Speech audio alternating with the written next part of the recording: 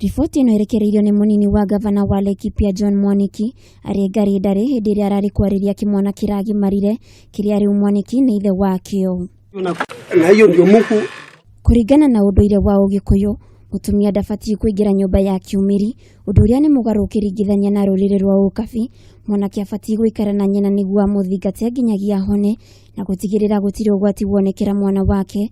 Kuna nyumba ikoragwo na ruri niguo mundu ungi ndakaingire na ruri ruru rukarutwo arikia kuhona. Ndio kimila yetu, wesi weka mtoto aende pale mpaka akuje kwa mama na karibu, na hakuna mtu anakaribia hapa.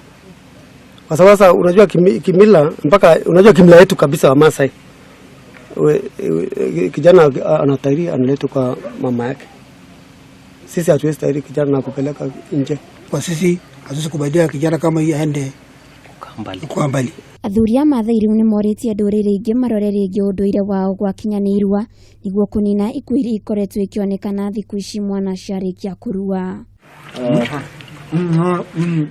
Mwaniki ni agathiririe unduire wa ukabi, undu uria ugite niguo gukorwo na monanio ma unduire wa ukabi mweri uyu turi mathiko igiri maria megutabanio kaunti-ini ya Laikipia mwena wa Rumuruti niguo kuonania mitugo na unduire wa ukabi.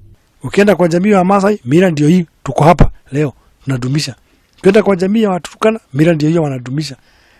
Jamii ya Pokot, jamii ya Kalenjin, lakini kwa jamii ya Gikuyu inaonekana wazee wanalegeza mkono, na ni vizuri wazee waanze kurudi kushughulika. Hado-ini ha Kameme TV Getobo Ithira wa Kihara.